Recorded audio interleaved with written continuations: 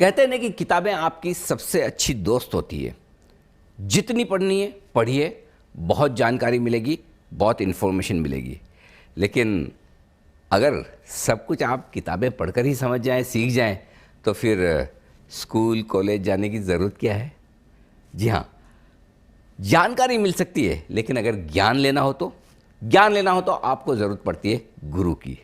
और वो भी ऐसे गुरु जिन्होंने न सिर्फ अपनी अच्छी खासी पढ़ाई की है, बल्कि पूरा अनुभव आपके सामने वो रखते कि उन्होंने क्या सीखा है, कैसे सीखा है, और उनकी जो कुछ भी सीख है उनसे आप कैसे सीखें। जी हाँ, इक्विटी गुरुकुल में हम हर हफ्ते आपको मिलवाते हैं ऐसे ही कुछ खास गुरुओं से जिन्होंने वाकई में बाजार में काफ़ी कुछ सीखा है और वो सीखकर आपको सिखाने के लिए तैयार है। और हमारे साथ हैं मोतीलाल ओसवाल फाइनेंशियल सर्विसेज के चेयरमैन और जॉइंट फाउंडर रामदेव अग्रवाल साहब।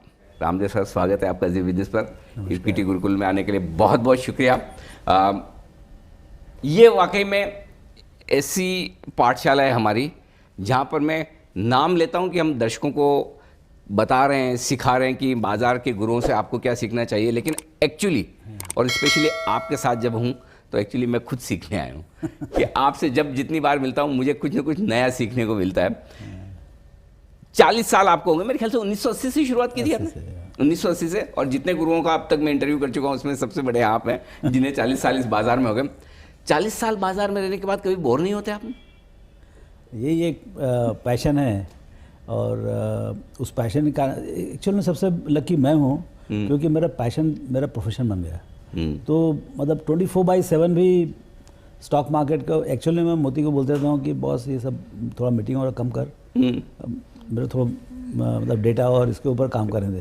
You know I still want to read the balance sheet, I still मतलब अभी भी मैं चाहता हूँ कि कोई नया ट्रेंड पकड़ें, नया कोई पुस्तक से कोई नए तरीके से कंपनी देखने की ये करें, क्योंकि शेयर बाजार एक अथाह है। मतलब यानी जिसको दिखता है उसको दिखता है वही कंपनी किसी दिखती है किसी को नहीं दिखती है। यू नो इन्फोसिस किसी को दिख गया तो 94 में जैसे संजय भट्टाचार्य अपने थे वो उनको 94-95 में वो जापान से होके आया तो उनको 100 करोड़ में वो कंपनी दिख गई जो अब लाखों करोड़ की हो गई है ना। उनको उस समय समझ में आ गया इसका फ्यूचर बहुत भयंकर है, तो वो अभी तक लेके बैठे हैं 20-30 साल तक। और जैसे मेरे को 95-96 में HDFC बैंक का समझ में आ गया कि ये बहुत बड़ा बैंक बनने वाला है और उसी कारण से उसमें से हमने काफ़ी पैसे कमाए। तो क्या होता है कि it's all about what you can see, मतलब बाजार में क्या दिख सकता है आपको और फिर आपको उसमें कन्विक्शन आ जाए और फिर पेशेंस कि भाई अच्छा ये पेशेंस जो धीरे धीरे डेवलप होता है। शुरू में जब हम चालू किए 87 में तो लाइक भैया खरीदे 30 रुपये 35 रुपये में 50 रुपये भाव गए, बहुत हो गया, बेच बाजार नखेगा डबल से पूछने का नहीं कौन सी कंपनी खरीदे क्या खरीदे। अब वो धीरे धीरे जो है ना वो समझ में आया कि हमने बहुत पहले बेच दिए, वही 100 गुना हो गया 200 गुना हो गया। तो फिर धीरे धीरे और जैसे एक्चुअल में मेरा गुरु मिला 94 मतलब 87 से 94 तक एज अ चार्टर्ड अकाउंटेंट और बहुत पैशनेट होके मैं मतलब बैलेंस शीट पढ़ता था और समझता था, थोड़ी बहुत वैल्यू समझ में आती थी उसमें क्लियरली कि ये 100 का चीज़ मेरे को 50 में मिल रहा है 30 में मिल रहा है, लेकिन क्वालिटी कुछ नहीं मालूम था। मतलब सब प्रमोटर कैसे हैं, कंपनी क्वालिटी कुछ पता नहीं। EPS P देखे सस्ता दिख रहा है, बुकिश नॉलेज। हाँ, बहुत बुकिश नॉलेज था और खोजते थे। और उसमें क्या था, उतना अच्छा सर्च नहीं था, डिजिटल नहीं था, सर्च बहुत पुअर था। और आप यदि बैलेंस शीट पढ़ रहे हैं फिजिकली उठा के तो भी बहुत बड़ा काम कर रहे हैं। ऐसी वाली बात थी टिल अबाउट 94। फिर हमको बफेट साहब का इंट्रोडक्शन हुआ, मतलब उसके बैलेंस शीट मिला, पढ़े हमने, तब जाके आंखें खुली कि भाई आपको भी गुरु चाहिए। तो वो जो गुरु मिले वो गुरु दक्षिणा जो हुआ उसमें बहुत फ़ायदा हुआ। उसमें हमको एकदम क्लियर रास्ता मिल गया और उनके पीछे पीछे पद चिन्हों पे चलते चलते वो अमेरिका में चल रहे थे, हम यहाँ पर अपने देश में चल रहे हैं। बिल्कुल। और मैं हमारे दर्शकों से ये कहना चाहता हूँ कि अगर आपको वाकई में स्टॉक मार्केट में गुरु की ज़रूरत है, आपको इधर उधर कहीं घूमने फिरने ढूंढने की ज़रूरत नहीं, आपके सामने है। और हर साल जो नहीं बफेट साहब है ना, बफेट साहब है ही है, लेकिन हमारे लिए हिंदुस्तान में आप बफेट है। और सबसे बड़ी बात, आपकी हर साल जो वेल्थ क्रिएशन स्टडीज़ आती है वो रिपोर्ट्स लाजवाब होती है। और मैं उसको एक बार नहीं, कई बार मैं 2 बार 3 बार पढ़ता हूँ, तब जाके मुझे पूरा उसका ज्ञान आत्मसात होता है। लेकिन एक चीज़ जो आपकी पूरी अब तक की यात्रा में मुझे समझ में आती है, जो मैं हमारे दर्शकों को सिखाना समझाना चाहता हूँ, 40 साल, ये पैसे 40 साल में क्या इस वजह से बने आपके कि आप 40 साल तक बाज़ार में रहे, या फिर हर बार आपने ये कोशिश की कि कब मुझे खरीदना है, कब मुझे बेचना है? अरे इसमें तो मैंने 1 मिनट भी खराब नहीं किया। पता नहीं कहाँ समझ में आ गया था कि एक तो पहली बात क्या, देखिए आदमी का स्टार्ट कहाँ, एक तो हम तो सुपर ज़ीरो है चालू करने में, मतलब शुरू में कुछ नहीं था तो हमको पूरा सीखना था। घर में फार्मिंग थी तो वहाँ पर से कोई ऐसा पुरखौती, हमको कोई नॉलेज नहीं था स्टॉक मार्केट का, कोई बैलेंस नहीं आता था घर में, कोई बिजनेस का बातचीत नहीं होता था, सो एकदम कोरा था। अच्छा, मतलब पूरा एकदम कोई माइंड में कोई किसान और खेती वाला मामला। हाँ एकदम। अच्छा। तो अपने यहाँ मुंबई में आया, पहली बार ऑडिट वर्क किए तो मानोपुरा सेंचुरी में समझ में आया, प्रीमियर ऑटोमोबाइल में समझ में आया कि इसके शेयर भी चलते हैं, वहाँ के फाइनेंस डिपार्टमेंट वाले लगे हुए थे काम पे। तो धीरे धीरे समझ में आते गया। फिर वो सीए में बैलेंस शीट पढ़ो ना जी, तो समझ में आता। तो क्या है कि आप जीरो से चालू करो ना तो एक बहुत उसका एक अलग तजुर्बा है। हर चीज़ सीखना है आपको, हर चीज़ सीखना है कि मतलब बैलेंस शीट कहाँ से लाना उसको भी सीखने का है, बैलेंस शीट को पढ़ना कैसे, उसको इंटरप्रेट कैसे करना और उसके बेसिस पे कितना खरीदना। अच्छा, पैसे आपका है नहीं, 0 मल्टीप्लाइड बाय एनीथिंग इज 0, तो आप कितना बड़ा ज्ञान ले आओ, लेकिन आपके पास स्टार्टिंग कैपिटल नहीं है तो आप कहाँ तक आगे बढ़ोगे। तो उसी कारण से आपको समय ज़्यादा लग जाता है। और उस समय शायद गरीबी भी बहुत ज़्यादा थी कि मतलब सैलरी भी कितना मिलता था, 1 लाख 2 लाख रुपया साल का मिलता था, तो बचेगा कितना, 25-50 हज़ार रुपया। अभी तो अच्छे बच्चों को 25-50 लाख रुपए स्टार्टिंग मिलती है। राइट। तो यदि वही उम्र में 25-27 साल की उम्र में जो ब्राइट बच्चे हैं जिनको शेयर बाजार में करियर बनाना है, वो तो पहले साल ही 10 लाख रुपए रहेगा उनके पास में, जो हमारे पास 10 लाख रुपए 5 साल के कमाई करने के बाद आया होगा।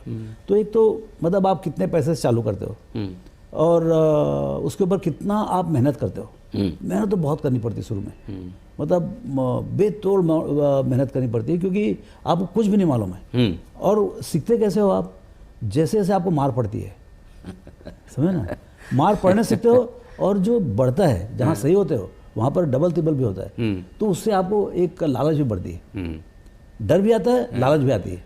और वो फिर वो डर, अच्छा क्या होता है, जैसे जैसे आपको कॉर्पस बढ़ते गया, आपका पोर्टफोलियो बढ़ते गया, अब जैसे हजारों करोड़ हम चला रहे हैं तो इसमें लॉस भी मतलब छोटा से छोटा लॉस भी 200-400 करोड़ रुपये हो जाता है। अब उस समय छोटा पैसा है, मतलब लाख रुपए में लॉस भी हो तो क्या 2-4-5 हज़ार रुपये का लॉस होता था। तो क्या है, जैसे जैसे तो अब क्या है, अब लॉस करने की हिम्मत खत्म होती जा रही है क्योंकि अब लॉस का साइज बड़ा होता है। तो अब हम ऐसे देख रहे हैं कि एकदम फुल लॉस मत हो। यदि लॉस नहीं लेंगे आप तो प्रॉफिट भी थोड़ा कम ही होगा। करेक्ट। कहीं कहीं आप रिस्क कम लेंगे तो रिटर्न भी कमाएंगे। हाँ, थोड़ा सा कम होगा।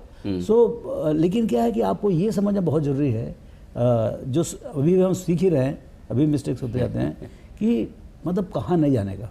अच्छा, क्या नहीं खरीदना, क्या नहीं खरीदना है, क्या नहीं करने का, है ना। जैसे मैनेजमेंट विथ बैड इंटीग्रिटी, मतलब जो बदमाश मैनेजमेंट है। पहले मैं लगता था यार ये धंधा कर लिया, पैसा कमा लिया तो पी मल्टीपल थोड़ा कम ज़्यादा रहेगा लेकिन अपन जीतेंगे उसमें करके, ऐसा मेरा समझ था। लेकिन आखिरी में अब समझ में आ रहा है जो इस बार का वेल्थ कि भाई बदमाशों के साथ आपका उद्धार नहीं है। अच्छा, कहीं कहीं ले आकर गड्ढे में डालेंगे उनको। तो ये अब वो उसको भी प्रैक्टिस करना अपने आप में मतलब है ना, टाइम लगता है। तो ये एक तो ये था। दूसरा ये कि ये बाजार का टाइम जो ये जो बाजार ऊपर नीचे होता है, सबसे बड़ा मिराज है। ये चीज़ मैं आपसे समझना चाहता हूँ क्योंकि आपने 40 साल में क्या देखा, बहुत ऊपर भी हुआ होगा, बहुत नीचे भी हुआ होगा। एक अच्छा क्या था कि 2000 तक जो है ना इतना इंडेक्स आई नहीं, इतना तो कैलकुलेशन पॉसिबल था। मैं मेरे ख्याल से 2002-3 तक तो मतलब ये आपका पोर्टफोलियो कितना बढ़ा और बाजार कितना बढ़ा घटा एक मालूम ही नहीं पड़ता था क्योंकि एक जगह पोर्टफोलियो होता ही था और बिखरा हुआ था। यहाँ पर 10 शेयर, यहाँ 100 शेयर, यहाँ पर 200 शेयर, 100-200 कंपनी होती है। ये 95-96 में पहली बार मैं अपना खुद का पोर्टफोलियो 225 कंपनी से कम करके 15 या 16 कंपनी किया। 225 कंपनी? हाँ, आपके पोर्टफोलियो में? हाँ, उसको मैंने कम करके 15 किया, समझे ना, एकदम क्लीन करके। तो एटलीस्ट एक जगह वैल्यूएशन आने लगा। दूसरा ये कि उस समय रोज डायनेमिक वैल्यूएशन नहीं आता था। राइट। आपको फिजिकली जाके शीट में पैसा मतलब हाँ, बहुत मेहनत का काम होता था वो। हाँ, मेहनत का काम होता तो मिलता नहीं था, तो यू आर नॉट बॉदर्ड। लेकिन वो बहुत जरूरी था, वो पॉजिटिव था कि भाई आप इतना ज़्यादा चिंता मत कर अपने पोर्टफोलियो वैल्यूएशन कि बाजार इतना बढ़ गया, मैं कहाँ रह गया, यू नो। सो बाजार की चिंता मत करो, अपने पोर्टफोलियो की चिंता करो कि भाई आप कंपनी कैसी खरीद रहे हो, क्या भाव में खरीद रहे हो, उसकी चिंता ज़्यादा करो। और उसका क्या बाजार आपको, आप जितना मेहनत किए हो ना उससे ज़्यादा मेहनत मिलेगा, उतना उससे ज़्यादा फल मिलता है। अच्छा। हाँ, आप यदि मेहनत से यदि कोई सही चीज़ खरीदे हो, अच्छी कंपनी रिजनेबल प्राइस में खरीदे हो और यदि कंपनी ग्रो हो रही है 15-20% से, आपको 25-30% रिटर्न। लेकिन खरीदे कब, ये भी तो बड़ा सवाल है। जिस दिन आपको समझ में आएगा उस दिन खरीदो आप। भाई हर कंपनी अलग अलग स्टेजेस में है। ऐसा नहीं है कि सब कंपनी टॉप में है और सब कंपनी बॉटम में, ऐसा तो नहीं होता। भाई आज यदि इन्फोसिस, TCS बहुत बड़े हो गए हैं तो बहुत छोटी कंपनीज भी चालू हो रही हैं। आज यदि मान लो HDFC बैंक, कोटक बैंक सब लाखों करोड़ के हो गए हैं, 5-5, 7-7, 8-8 लाख करोड़ हो गए, तो छोटे बैंक भी चालू हो रहे हैं। एकदम ब्रांड न्यू लाइसेंस अभी 1-2 साल पहले भी मिला हुआ है, जो अभी जस्ट देयर ओपनिंग डोर्स, अभी तक ब्रेक इवन नहीं हुए हैं, या ब्रेक इवन हो गए तो 1500, 200, 500 करोड़ कमा रहे हैं। तो ऐसे नए बैंक भी हैं। तो आपको ये देखने का है, आपको कौन सा बैंक लगता है कि यहाँ से 10, 20, 25 गुना हो सकता है। और जिस दिन वो समझ में आ जाए कि भाई आपकी जो थ्योरी डेवलप होनी चाहिए ना, कि भाई कहाँ पर आपको लगता है कि पैसे बनने वाले हैं, करेक्ट, समझे ना। और कौन कमाने वाला है, आप आंख में देख के देखो कि भाई कौन कंपनी कमाने वाला है। यदि कंपनी 10 अगले 10, 15 साल, 20 साल में यदि 10 गुना कमाया, कोई माई का लाल रोक नहीं सकता कि आपका 10 गुना पैसा ना हो। या तो 8 गुना होगा या 12-15 गुना होगा, कई बार 20-30 गुना भी आता है। तो हमें ये सिंपल है, आपको जितना स्पीड से आपका प्रॉफिट बढ़ेगा अंडरलाइन कंपनी का, उतना स्पीड से आपको रिटर्न आएगा। तो बाजार की चिंता ही मत करो आप अपनी कंपनी की चिंता करो, क्योंकि बाजार बहुत कॉम्प्लेक्स है, बहुत बड़ा है, बहुत सारे नॉइज आते हैं। आज ट्रम्प का ये कर दिया, चाइना ने ये कर दिया, उसने कर दिया, उसने कर दिया, उसकी चिंता मत करो, उसमें हम पागल ही रहेंगे। हम ये देखें, हमारे पोर्टफोलियो में 15-20 कंपनी जो है, या नई एक कंपनी लानी है, वो उसमें ज़्यादा मेहनत करें। एक जो चीज़ मैंने आपसे सीखी और कई बार मैंने ऑब्जर्व की, कई बार जब आप इंटरव्यू के लिए आते हैं तो इंटरव्यू के पहले या बाद, अच्छा आज बाजार कितना है, कैसा है, या कितना निफ्टी आजकल कितना चल रहा है, ये आपको पता ही नहीं होता। तो अभी मेरा पता नहीं है। आप एक तरफ अप्रॉक्सीमेटली मेरा मालूम है। एक तरफ आप है ना 24/7 मार्केट को जीते हो, और दूसरी तरफ इंडेक्स देखते ही नहीं। ये दोनों में ऐसा मतलब कैसे कर सकते हैं? मतलब यहाँ तो हमारे लोग ऐसे हैं, सारे दर्शक, वो रात को डाउ को सुलाने के बाद सोएंगे और सुबह उठकर निक्के को उठाएंगे, भाई चलो मार्केट खुल। तो आप ऐसे कैसे मैनेज करते हैं? नहीं भाई, मेरे पास जो है, मेरे पास जो कंपनी है, वो कंपनी को मेरे को देखने का, भाई मेरे पोर्टफोलियो में जो है, मेरा पोर्टफोलियो अच्छा कर रहा है नहीं कर रहा है। मेरे पास 20-22 कंपनी होती है, उससे ज़्यादा होती नहीं। वो 20-22 कंपनी मेरा उधार करने वाली है। बाकी दुनिया में अच्छा बाजार मान लो 1000 कंपनी, तो वो 980 कंपनी तो मैं शॉर्ट हूँ या मेरे पास नहीं है। वो 980 में दिवाली दशहरा होता है तो मेरा क्या फ़ायदा? राइट।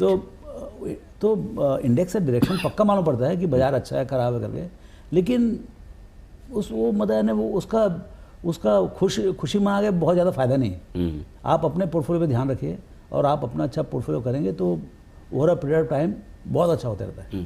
पोर्टफोलियो में जनरली आप जो फोकस करते हैं वो सबसे ज़्यादा क्वालिटी पर। एक चीज़ आपने कहा कि अगर मैनेजमेंट की क्वालिटी खराब है तो अच्छा बिजनेस और अच्छा मैनेजमेंट, मतलब क्वालिटी अच्छा बिजनेस और अच्छा मैनेजमेंट, ये तो हो गया ना। मैं तो बोलता हूँ एक्चुअली में कई बार तो भाव भी नहीं रखो ना तो भी सही रहता है, मतलब 90% काम हो गया आपका। ये दोनों सही है ना, अच्छा मैनेजमेंट और अच्छा बिजनेस, ये दोनों हो गए ना। और 10 साल तक अच्छे रहे या 20 साल तक, अच्छा जनरली अच्छा ही रहता है, खराब नहीं होते। तो यदि वो अच्छे रहे, है ना, तो आपके पैसे तो बनेंगे। अब 5% से बना, 10%, 20% से बना, वो उस कंपनी के ग्रोथ के ऊपर डिपेंड करता है और क्या भाव में खरीदे उसके ऊपर डिपेंड करता है, समझे ना। तो यदि अच्छा कंपनी, अच्छा मैनेजमेंट, थोड़ा रीजनेबल प्राइस, कोई भी चीज़ आप खरीदे जा रहे हैं, इन्वेस्टिंग है, रीजनेबल प्राइस में खरीदे। ऐसे बहुत सस्ता भी खरीदने की जरूरत नहीं, कभी मिल गया बहुत सस्ता तो आपकी किस्मत की बात है। 40 साल में कम से कम आपको कितनी बार सस्ता मिला होगा? मार्केट ने 50, 70% के करेक्शन कितनी बार दिया आपके करियर में? भाई हमारे तो कितने बार पिटाई हुई ना।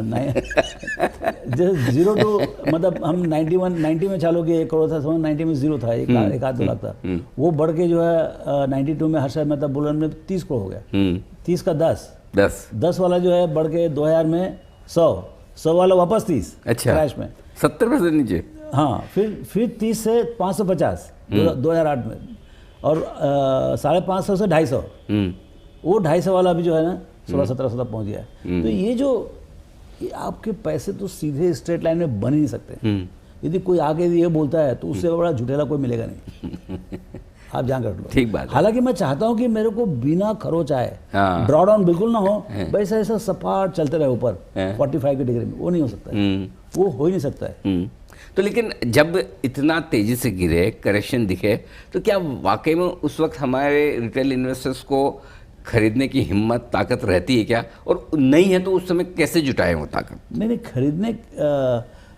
खरीदने की बात नहीं है। देखिए, आपके पास पोर्टफोलियो हमेशा रहता है। हाँ, मतलब हमारा तो 100% रहता है। हमको कैश जब में भी- होते ही नहीं आप। कैश में होते ही नहीं, या तो कोई कहीं से कैश आया डिविडेंड और आ जाए 10-20 करोड़ का, तो उसमें आप खरीद लो, और या फिर कुछ पुराना जिसमें कुछ ज़्यादा पैसा बन गया है या हमको बेचने का है, खराब है कोई कारण से, उसमें स्विच करने का है, तभी जाके हमको वो नए स्टॉक के लिए जगह बनता है। तो एक बार पोर्टफोलियो बना दो और फिर नया उसको- ढूंढते रहो स्टॉक। हाँ, अच्छा बाजार बहुत गया तो दुखी तो हम भी होते हैं ना, ऐसे थोड़ी दुखी नहीं होंगे, लेकिन दुख सहना ही पड़ता है, हम्म। ये पार्ट ऑफ द लाइफ है। बिल्कुल, लेकिन बेचने का डिसीजन आप कब और कैसे लेते हैं? बेचने का भी क्या ऑटोमेटिक टाइप का, इन द सेंस कि बहुत ज़्यादा वैल्यूएशन हो जाए। दूसरा एक एक्चुअली मेरा ज़्यादा बेचने का डिसीजन होता है नया आइडिया आता तब, अच्छा। क्योंकि देखिए पैसे तो है नहीं हमारे पास, पैसे तो वही जो हैं वो है, पुराने जो चल रहे हैं वो, है ना। आज के दिन में यदि आप बोलोगे, मतलब आप जैसे रेलवे कोई, देखिए आइडिया कहाँ और कब आएगा कुछ मालूम नहीं पड़ता है। जैसे आप एयरपोर्ट में बैठे हो या कोई पार्टी में गए हो, कोई पिकनिक कहीं पर हॉलीडेज में गए हो, कोई आदमी मिल के बाजू में बैठता है, वो कहानी समझाता है, समझ में आता है, समझे ना। अब वो कोई इवन अब वो कहानी समझ में आ गई है, बहुत हमको लगता है यहाँ तो QGLP चारों है, हाँ। साक्षात है भगवान का, समझे ना। वो मतलब चल के आता है आइडिया, अब वो हो गया, अभी अब खरीदने का है, और खरीदने का तो कैसे खरीदेंगे, तो करो जगह बनाओ फिर, तो क्या या तो फिर ट्रिम करो पूरा पूरा, या कोई ज़्यादा बहुत सक्सेसफुल हो गया हो, जो 5% खरीदे थे 7-8% हो गए, तो उसको चलो भाई आधा % निकाल दो वहाँ से, हाँ, ठीक। या कोई यार ये 25वां कंपनी हो रहा है, इसको निकालो दूसरा लेके आओ, इस टाइप का। सो कोई कारण से I have to create a space existing portfolio में, और उसी कारण से सेल होते हैं। तो सेल होते 2 कारण से, या नहीं चल रहा है इसके लिए, बहुत ख़राब हो गया है, पता जो हमारा एक्सपेक्टेशन था उसके हिसाब से परफॉर्मेंस नहीं आ रहा हो। दूसरा ये कि कुछ बहुत ज़्यादा चल गया हो तो उसका डिस्प्रोपोर्शनेट साइज़ हो गया हो, तो उसमें से थोड़ा सा हम प्रॉफिट बुक कर लें, इस टाइप का। हाँ, अच्छा, आपने जो QGLP स्टडी बताई, क्वालिटी, ग्रोथ, लॉन्जिविटी और प्राइस, तो इन 4 फैक्टर्स को अगर रिटेल इन्वेस्टर्स को अपने पोर्टफोलियो में उतारना है, तो क्या उसके लिए आसान काम है? एकदम आसान है, एकदम आसान है, एकदम आसान है, एकदम आसान है, एकदम नेचुरल है। ये कोई बहुत थीटा गामा बीटा कुछ अल्फा बीटा जैसा नहीं है। कुछ नहीं, अच्छा कंपनी, अच्छा मैनेजमेंट, समझे ना। ये हो गया आपको क्यू, ग्रोथ होना चाहिए, क्योंकि बिना ग्रोथ के बराबर बिजनेस तो बढ़ेगा तो ही फायदा है ना, ग्रोथ। फिर लंबे का ग्रोथ का सोचो आप। अभी क्या है, जो शॉर्ट टर्म जो ग्रोथ है ना, वो सबको समझ में आ रहा है, अगले साल 2 साल का, तो हाँ, तो ये बाजार में अभी बहुत वैल्यूएशन है शॉर्ट टर्म ग्रोथ का। तो आपको यदि मान लो 20 साल का यदि आपका ग्रोथ का कॉल है, 10 साल का कॉल है, तो वो आपको जो कहानी जो है वो आपको बहुत रिवॉर्डिंग रहेगा। सो अच्छा, बाजार जो है जहाँ समझ में आता है, जैसे आज DMart का 100 का P है, किस बात के लिए? इसके लिए नहीं कि इस साल 50% ग्रोथ होने वाला है, अगले साल 25% ग्रोथ होने वाला है, इसके लिए कि ऐसा बाजार की समझ है कि अगले 10-15 साल तक 30-35% से उसका ग्रोथ होते रहेगा। ठीक तो, बात है। हाँ, तो लेकिन ये आपकी समझ है कि आपको जो बाजार की समझ, बाजार जो बोल रही है वो बात में आपको विश्वास है कि नहीं, और या आपको उससे ज़्यादा विश्वास है। कई जगह क्या होता है, बाजार को लगता है कि ये कंपनी में दम नहीं है, या 5% ग्रोथ होगा, 10% ग्रोथ, लेकिन आपको समझ है कि ये कंपनी कोई कारण से ये 15 से 20-30% ग्रोथ होगी, और बड़े प्रेम से 10-15 साल तक ग्रोथ होगी। तो एक तो क्वालिटी होगा, क्वालिटी में तो कॉम्प्रोमाइज़ करो ही मत। हाँ, खराब तो कुछ लेना ही नहीं है। खराब तो कुछ लेना ही नहीं, घर ही लेके आओ, आप सोने चले जाओ, छुट्टी में चले जाओ, पैसे कैश में रखो, लेकिन खराब कंपनी लाने के घर। एक चीज़ मैं ये समझ लिया। दूसरा ये कि ग्रोइंग कंपनी लेके आओ, अच्छी लेकिन ग्रोइंग कंपनी, जिसमें ग्रोथ का प्रॉस्पेक्ट हो। जैसे नए बैंक्स हैं, तो उनके ग्रोथ का तो अथाह है ना। तो मतलब बैंकिंग इटसेल्फ 15% से ग्रो होता है, और यदि आप 0% मार्केट शेयर से चालू करोगे, तो जैसे SBI 20-22% पूरे बैंकिंग का है, यदि आप अभी चालू करोगे, यदि आपको 25,000 करोड़ भी आपका बुक में रहेगा, तो भी वो 0.1% में नहीं बनता है।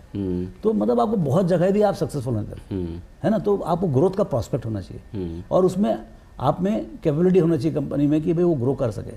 सो आपका हो गया Q और G, और लंबे की बात करी थी लॉन्जिविटी का, वो तो जितना लंबा रखोगे उतने ज़्यादा पैसे, और फिर ये सब के लिए आप पैसे रीजनेबल भरो। ऐसे उल्टे सीधे दाम में मतलब लेने से हो सकता है तकलीफ हो जाए। ज़्यादातर हमने देखा है बहुत महंगा, पॉपुलरिटी और परफॉर्मेंस एक साथ नहीं आता है।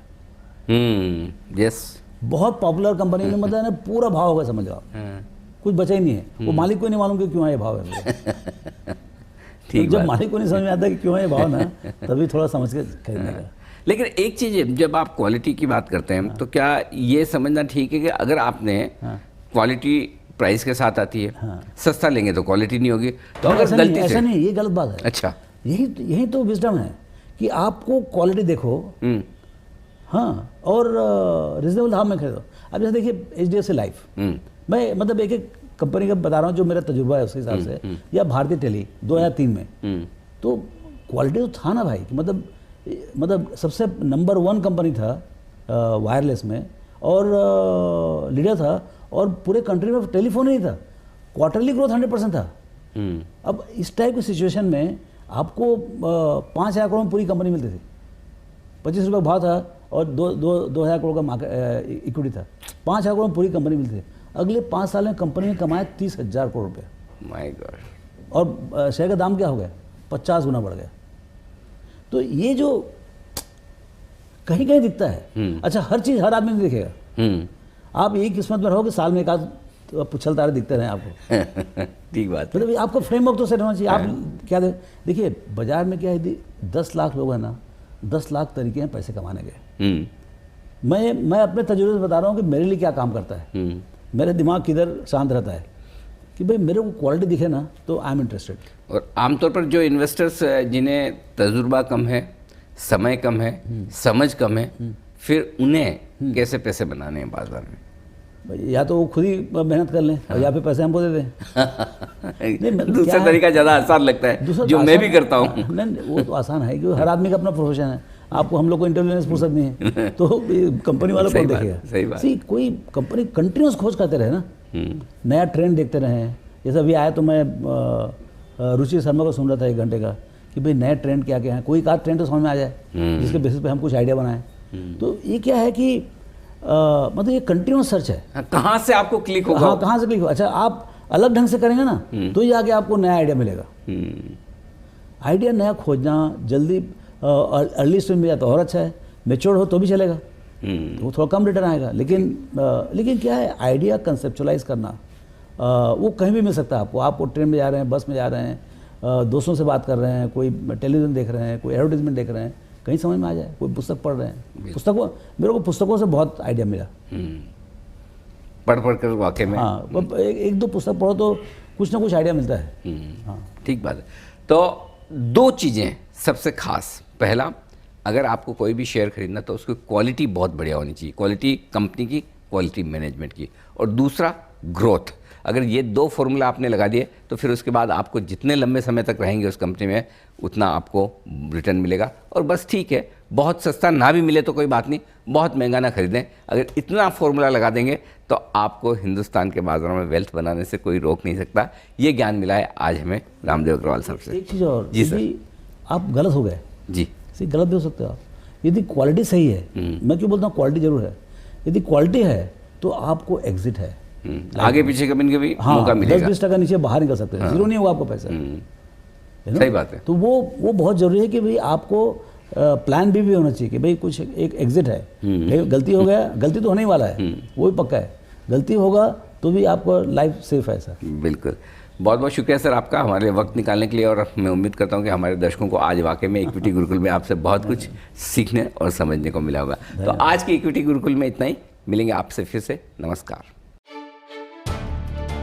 आइए अब सुन लेते हैं कि निवेशकों को निवेश करते वक्त किन बातों को ध्यान में रखना चाहिए और किन से बचना चाहिए। क्या करें? शेयर की डिलीवरी, फंड ट्रांसफर में गड़बड़ी होने पर शिकायत जरूर करें। डीमेट या फिजिकल जिसमें ट्रेड करना है, ये ब्रोकर को जरूर बताएं। किसी भी मामले का निपटारा हो तो रीजनल इन्वेस्टर सर्विस सेंटर में शिकायत करें। क्या ना करें? गैर पंजीकृत ब्रोकर के साथ सौदा ना करें। शर्तें एवं नियम जानने के बाद ही कागजात जमा करें। अफवाहों और टिप्स के आधार पर ट्रेडिंग ना करें।